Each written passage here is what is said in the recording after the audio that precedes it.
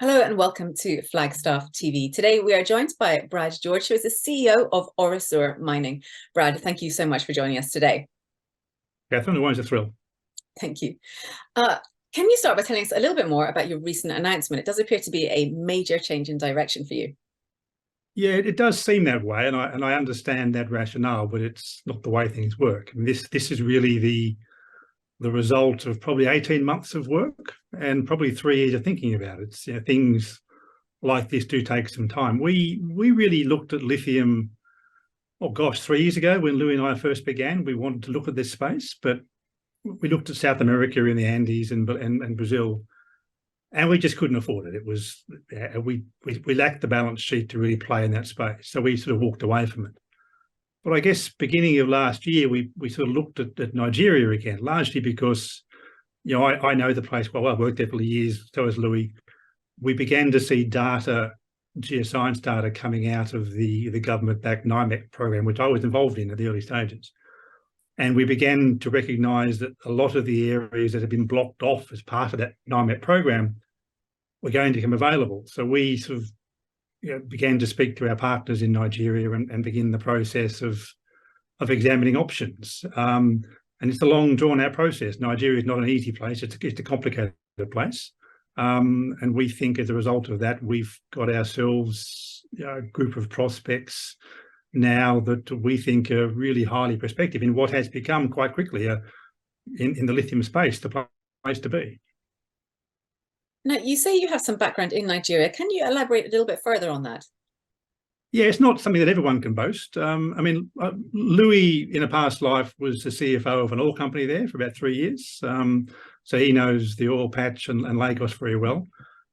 Going back pre-Orosur, me and a few mates, we ran a small consulting firm here in Perth. And one of those partners was a bit of an old Nigeria hand. He'd worked in Nigeria, oh gosh, 10, 15 years ago, I suppose, with the World Bank when they were flying the entire country with airborne geophysics. He lived in Nigeria with them. He interpreted the whole country. And then in 2017, I guess, we were called back in by some people there in the government there to essentially restart the mining sector. So we worked there. My partner went and moved there. So I've spent quite a long time sort of working in Nigeria with these sort of government programs, mapping and sampling, and then moved on to Orosur. So, but I've retained a lot of contacts there in the mining space at the government level, the bureaucratic level, and logistically level. So when we wanted to go back in again, look, we knew exactly how to do that and how to go. It isn't a place where you really that newcomers can go easily, but for Louis and I, it's really almost a walk-up start. So is this something that you've been thinking about for a while then? Look, it is. It's not. You don't walk in and grab projects like this off the shelf. This is a long, complicated process. We've made a point of, in the other projects in South America, of going back to basics, going back to core principles of geology. What do we want to find? What do we look for that will indicate that those things exist? So knowing that what we did, that this data were becoming available, we went back to understandings of what the lithium pegmatite controlling factors were. So we looked at the data. We've probably spent a good year just assessing data, understanding geology, and getting a sense of where we wanted to be. And then that led us to areas of what we thought were key potential. And then it began the process of trying to negotiate a way into a land position. So Nigeria is not quite walk up and first man best dressed. It's a complicated process of really understanding where you want to be and knowing how the rules work. So yeah, this has really been the end. It's the result of 12 months of work. It isn't just a knee-jerk reaction to go off piece to a new commodity. It's a long-term idea we've had.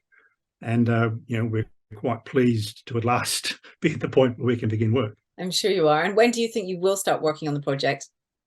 Oh, tomorrow. I mean, that's part of the deal. Is that we have this team in place through old contacts, relationships. We've got geologists, vehicles, trucks, tractors, drill rigs.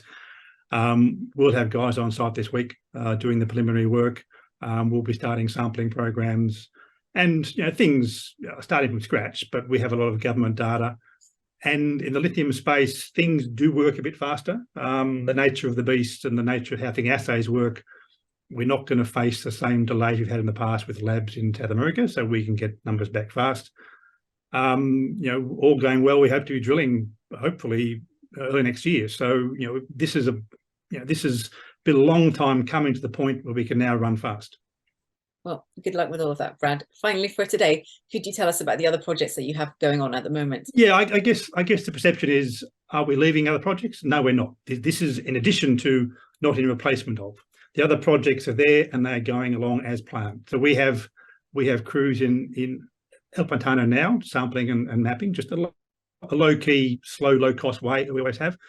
They're working there. Brazil, as I mentioned in the last webinar, we've had some assay issues. We sent samples to the lab. As always, the labs promise and don't deliver, so we hope to get numbers back from the labs, touch wood, this week. So we shall see. And Colombia remains Colombia, so nothing to add there. We remain in a situation where we are confident we'll get that back.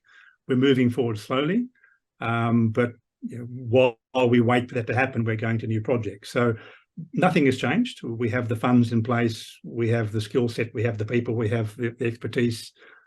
This is one more, I guess, string to our bows. So everything else in South America continues as before. Brad, thank you very much for your time today. Always a pleasure. And thank you for watching Flagstaff TV.